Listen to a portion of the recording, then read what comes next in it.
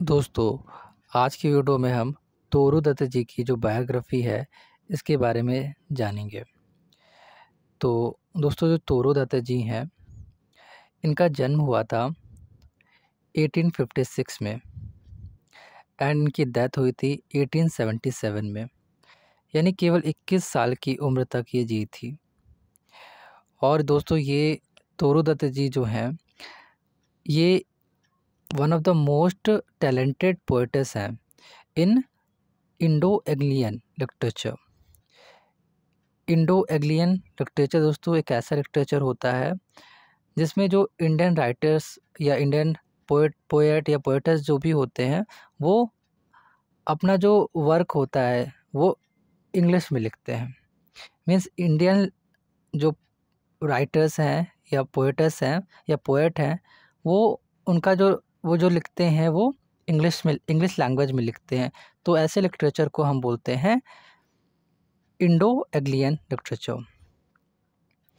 तो दोस्तों, जो अगर इनके बायोग्राफी में हम देखें तो इनका जन्म हुआ था कैलकाटा में 4 मार्च 1856 में। एक बंगाली फैमिली में इनका जन्म हुआ था दोस्तों। और इनके फादर जो थे, उनका नाम था गोविंद चंद्र दत्त। इनकी माताजी की अगर बात करें तो इनकी माताजी का नाम दोस्तों क्षेत्रमणि दत्त था। और इनकी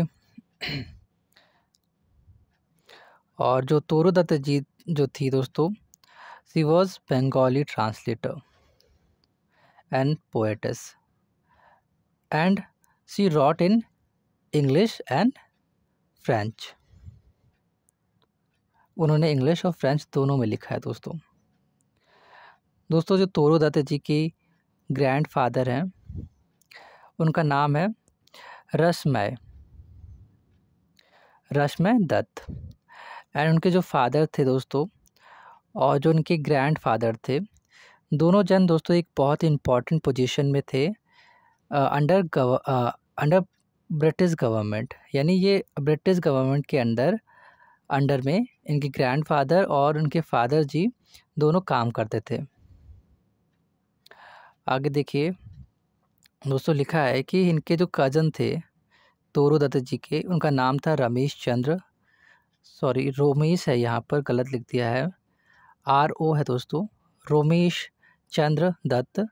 एंड जो रोमेश चंद्र दत्त जी हैं, he was a writer and Indian civil servant. यानी वो एक राइटर हैं, साथ में एक भारतीय सिविल सेवक भी थे। और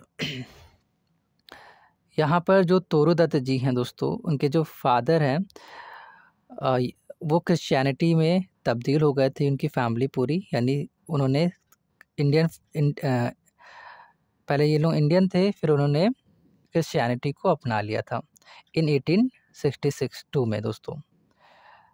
और इन्होंने जब क्रिश्चियनिटी के इनके फादर ने अपनाया था, तब तोरू दत्त जी जो थी वो केवल 6 ईयर्स की थी। She was only 6 years old. वो 6 साल की थी दोस्तों। तोरू दत्त जो है दोस्तों, Toru Dutt was the youngest child of 3। यहाँ पर यही चीज़ बताया जा रहा है कि दोस्तों तोरू दत्त जी जो थी वो 3 भाई बहन थे, जिनमें से जो तोरू दत्त जी थी सबसे यंगेस्ट थी, सबसे छोटी थी। और उनसे बड़ी एक बड़ा भाई था जिनका नाम अब्जू है। और सबसे बड़ी जो बहन थी उनका नाम था अरु। तो जो अरु थी दोस्तों सबसे बड़ी सिस्टर थी, और उनकी डेथ हुई ही 1872 में, जब वो 20 साल की थी।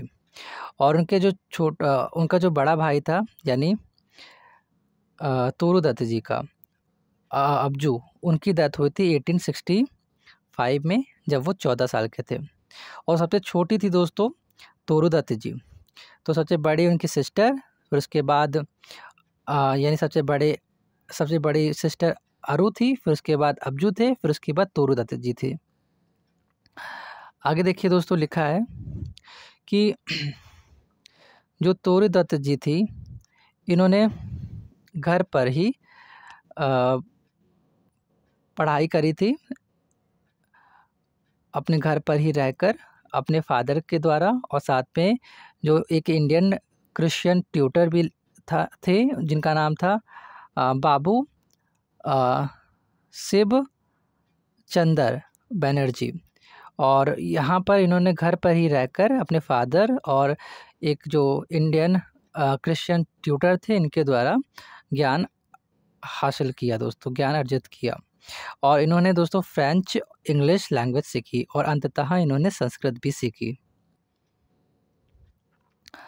आगे देखिए इनके बारे में लिखा है कि अब देखिए दोस्तों, ये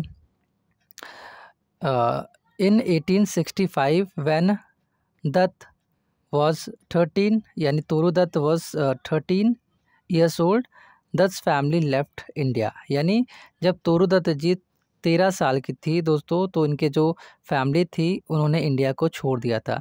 तो ये लोग इंडिया को छोड़कर यूरोप चले गए थे दोस्तों।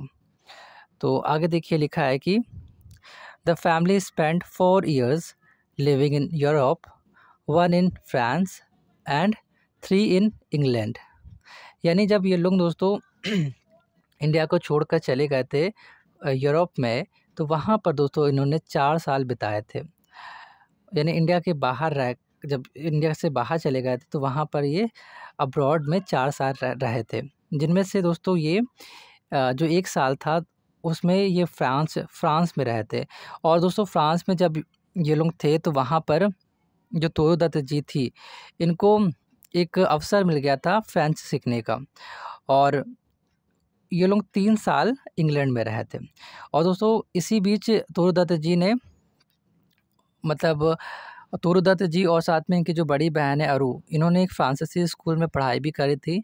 साथ में इन्होंने यहाँ पर फ्रेंच लैंग्वेज भी सीखी थी, और फिर उसके बाद इन्होंने संगीत भी सीखा था।